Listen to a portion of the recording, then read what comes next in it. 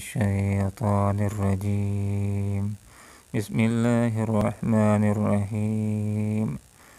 من كان يريد الحياة الدنيا وزينتها نوفي إليهم أعمالهم فيها وهم فيها لا يبخسون أولئك الذين ليس لهم في الآخرة إلا النار وحبط ما صنعوا فيها وباطل ما كانوا يعملون صدق اللہ العظیم سبحانک لا علم لنا الا ما علمتنا انک انت العلیم الحکیم من جو کانا ہو یرید و چاہتے الحیات دنیا کی زندگی کو وزینتہا اور اس کی رونق کو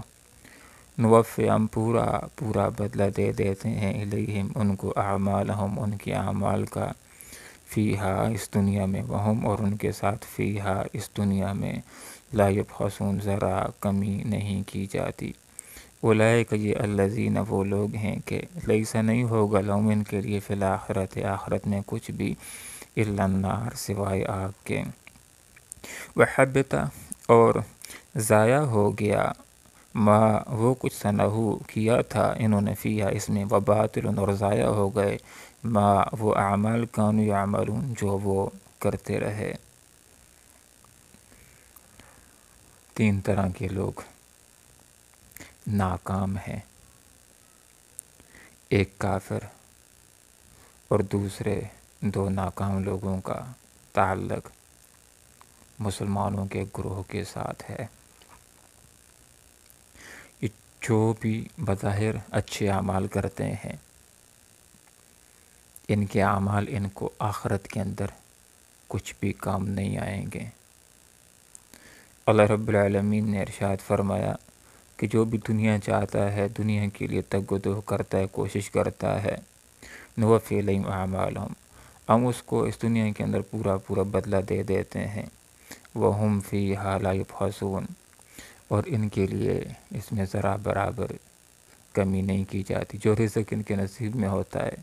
جس کے لیے تگ و دو کرتے ہیں، اللہ ان کو دے دیتا ہے۔ لیکن یہ وہ لوگ ہیں کہ آخرت میں ان کے لیے کچھ بھی نہیں ہوگا الا النار سوائے آگ کے۔ تو 3 جو ناکام لوگ ہیں اس میں سے ایک کافر ہیں۔ ان کے جتنے بھی بظاہر اچھے اعمال ہیں دنیا کے اندر رہ جائیں گے، دنیا کے اندر ان کو ان کا صلہ مل جائے گا، دنیا کے اندر ان کے کام اعمال ختم ہو جائیں گے، آخرت میں ان کے پلے کچھ بھی نہیں پڑے گا۔ کوئی عمل صالح عمل، احسن عمل اور رب کی رضا کو نصیب کروانے والا عمل اس وقت ہو سکتا ہے جب اس کے اندر 3 صفات ہوں۔ اس میں سے ایک صفت ایمان۔ کفار بظاہر کچھ بڑے اچھے کام کرتے ہیں، روڈ بناتے ہیں، ڈیم بناتے ہیں، NGOs چلاتے ہیں اور تعلیم لوگوں کو دلواتے ہیں۔ کہیں پر مسئلہ آ جاتا ہے، کوئی سیلاب آ جاتا ہے، وہاں پر امداد فراہم کرتے ہیں، اسپتالیں بناتے ہیں، لوگوں کا علاج کرتے ہیں۔ ان کے جتنے اچھے اعمال ہیں آخرت میں ترازو کے نیکیوں کے پلڑے میں ان کے اچھے اعمال کو ڈالا جائے گا۔ قرآن کی آیت اس کا مفہوم یہ ہے کہ ارامات ان کے اعمال کی مثال راکھ کی طرح ہو جائے گی، راکھ کی طرح، اچھائی کی طرح وزن ہوگا، کچھ وزن بھی نہیں ان کے اچھے اعمال کا بنے گا، اس لیے کہ ان کے بظاہر جو اچھے اعمال ہیں ان کے اندر ایمان کی صفت نہیں ہوگی، جس وجہ سے عمل صالح نہیں ہوگا۔ ان کے جتنے اعمال ہیں دنیا کے اندر رہ جائیں گے، آخرت کے اندر ان کے اچھے اعمال کا ان کو کچھ بھی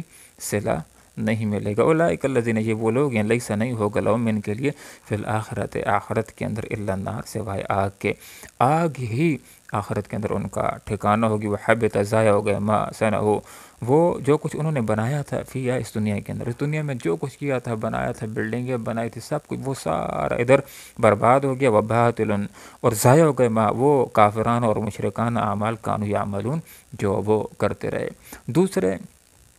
2 افراد جو ناکام ہیں ان کا تعلق مسلمانوں کے گروہ کے ساتھ ہے۔ اس میں سے ایک ریاکار، ریاکار کے بھی جتنے اچھے اعمال ہیں وہ اس دنیا کے اندر رہ جائیں گے، آخرت کے اندر اس کو جہنم میں چھڑانے کا ذریعہ نہیں بنیں گے، جنت میں لے جانے کا ذریعہ نہیں بنیں گے، رب کی رضا دلوانے کا ذریعہ نہیں بنیں گے۔ اور اس بات کو آپ صلی اللہ علیہ وسلم نے بڑے پیارے انداز کے اندر سمجھا دیا ہے، لیکن اس بندے کے لیے جو سمجھنا چاہے۔ آپ صلی اللہ علیہ وسلم نے ارشاد فرمایا کہ آخرت میں سب سے پہلے 3 بندوں کا حساب کتاب کیا جائے گا،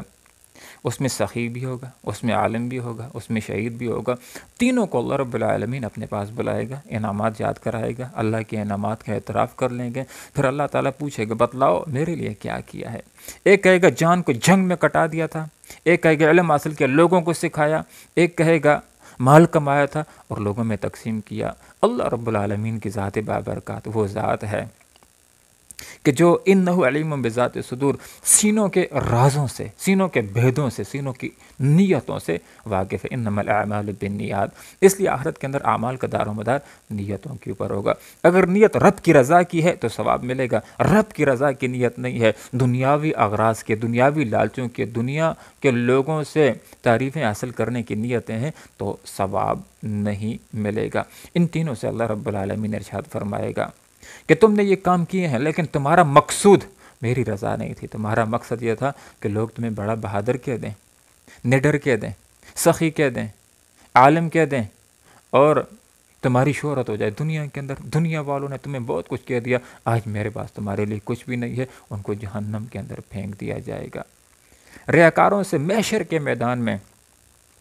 خطاب کیا جائے گا کہ جاؤ، جس سے تعریفیں حاصل کرنے کے لیے،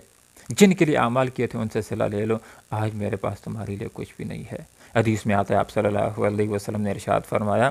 کہ ریا شرک اصغر ہے، اور شرک کے بارے میں اللہ کا اعلان ہے کہ اور گناہوں کو اللہ تعالیٰ میں شرنگے میدان میں معاف کرنا چاہے تو معاف کر لے گا، لیکن شرک کے گناہ کو اللہ معاف نہیں کرے گا۔ تو دوسرا آدمی جو ناکام ہے یہ ریاکار، کہ جو اللہ کی رضا کے لیے اعمال نہیں کرتا بلکہ دنیاوی اغراض کے لیے، دنیاوی لالچوں کے لیے اور دنیاوی تعریفوں اور شہرت کو حاصل کرنے کے لیے۔ اور تیسرا آدمی کہ جس کی عبادات، خواریاں، محنتیں، زودگیاں دنیا ہی میں رہ جائیں گی اور آخرت کے اندر اس کے پلے کچھ نہیں پڑے گا۔ عمل کو صالح بنانے کے لیے، احسن بنانے کے لیے 3 باتوں کا ہونا ضروری ہے: ایمان، نمبر 2 اخلاص، اور نمبر 3 عمل کا شریعت محمدی صلی اللہ علیہ وسلم کے مطابق ہونا۔ تو تیسرا بندہ جو ناکام ہے وہ بدعت اختیار کرنے والا، گویا کہ اس کا عمل آپ صلی اللہ علیہ وسلم کے طریقے سے ہٹ جاتا ہے، یہ بدعتی اس آدمی کو کہا جاتا ہے کہ جو ایک کام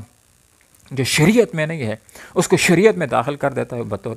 ثواب کے اس کو کرنا شروع کر دیتا ہے، یہ عمل بدعت کہلاتا ہے۔ آپ صلی اللہ علیہ وسلم نے ارشاد فرمایا کہ جس نے ہمارے اس دین کے اندر کوئی نئی چیز داخل کر دی جو دین میں نہیں ہے، اور حدیث کا مفہوم ہے اس کو بطور عبادت کے کرنے لگا، تو وہ رد ہے۔ تو یہ بدعتی، اس کے اعمال بھی دنیا کے اندر رہ جائیں گے اور آخرت کے اندر اس کے کچھ کام نہیں آئیں گے۔ یہ جو ہدایت کے لیے آپ صلی اللہ علیہ وسلم کے طریقوں کو ناکافی سمجھنے والا ہے، یہ بھی ناکام ہونے والا انسان ہے۔ مثلا آپ صلی اللہ علیہ وسلم کا طریقہ عصر کی نماز پڑھنے کا 4 فرض کا ہے، ایک آدمی 5 رکعت نماز فرض کی نیت کر لیتا ہے تو بجائے ثواب کے اس کو گناہ ہوگا۔ اس لیے عمل کو صالح اور احسن بنانے کے لیے ایمان، اخلاص اور تیسری چیز شریعت محمدی صلی اللہ علیہ وسلم کے مطابق عمل کا ہونا۔ جس وقت آپ صلی اللہ علیہ وسلم کے طریقے سے عمل ہٹ جائے گا تو ثواب کے بجائے گناہ ہوگا۔ آپ صلی اللہ علیہ وسلم کا طریقہ روزے کو مغرب تک لے جانے کا ہے کہ جو ہی آفتاب غروب ہو جائے روزے کو توڑ دو، لیکن ایک آدمی یہ سوچ کرنا شروع کر دے کہ اور لوگوں نے 12 گھنٹے کا روزہ رکھا ہے، میں تھوڑا زیادہ مشقت اٹھاتا ہوں اور میں 14 گھنٹے تک کچھ کھاؤں گا پیوں گا نہیں، تو بجائے ثواب کے اس کو گناہ ہوگا، اس لیے کہ وہ آپ صلی اللہ علیہ وسلم کے طریقے سے ہٹ گیا ہے۔ آپ صلی اللہ علیہ وسلم کا طریقہ مبارک عید کے دن کھانے پینے کا ہے، خوشی منانے کا ہے، اور ایک آدمی یہ سوچنا شروع کر دے کہ اور لوگوں نے 30 روزے رکھے ہیں، میں 31 رکھ لوں گا اور لوگوں سے 1 روزہ زیادہ ہو جائے گا اور مجھے زیادہ اجر و ثواب ملے گا، لیکن عید والے دن جب اس نے روزہ رکھ لیا تو اس کو ثواب کے بجائے گناہ ہوگا کہ اس نے آپ صلی اللہ علیہ وسلم کے طریقے کو چھوڑ دیا ہے۔ اس لیے یہ 3 ناکام آدمی ہیں، ایک کافر، دوسرا ریاکار، اور تیسرا بدعتی، جو دین کے اندر نئی نئی چیزوں کو داخل کرتا ہے اور اللہ اور اس کے رسول نے ہدایت کے لیے جو باتیں بتلا دی ہیں ان کو ناکافی سمجھتا ہے۔ اللہ رب العالمین سے دعا کرتے ہیں کہ اللہ تعالی ہمیں یہ تینوں صفات نصیب فرمائے، ایمان اور الحمدللہ ہم مسلمان ہیں، مومن ہیں۔ ہمیں اپنے اعمال کو صالح بنانے کے لیے، احسن بنانے کے لیے، ایسے بنانے کے لیے کہ آخرت کے اندر ہمیں کام آئے، نیکیوں کے ترازو کے پلڑے کو جھکانے والے بن جائیں۔ 2 چیزوں کی طرف دھیان دینا ہوگا ہر عمل کے اندر، خواہ کھانا ہو، پینا ہو، سونا ہو، جاگنا ہو، نماز پڑھنا ہو، 2 باتوں کو مد نظر رکھنا ہے۔ نمبر 1 اخلاص کے، جو عمل بھی کریں اللہ کو راضی کرنے کے لیے، اور دوسرا جو عمل بھی کریں وہ آپ صلی اللہ علیہ وسلم کے طریقے کے مطابق۔ اللہ سے دعا کرتے ہیں کہ اللہ تعالیٰ ایسی عبادات کرنے کی توفیق عطا فرمائے جو آخرت میں ہمیں کام آ سکیں، جن سے ہمیں رب کی رضا مل جائے، جس سے ہم جہنم سے بچنے والے، جنت میں جانے والے بن جائیں۔ اللہ عمل کی توفیق عطا فرمائے، آمین۔ وآخر دعوانا ان الحمدللہ رب العالمین۔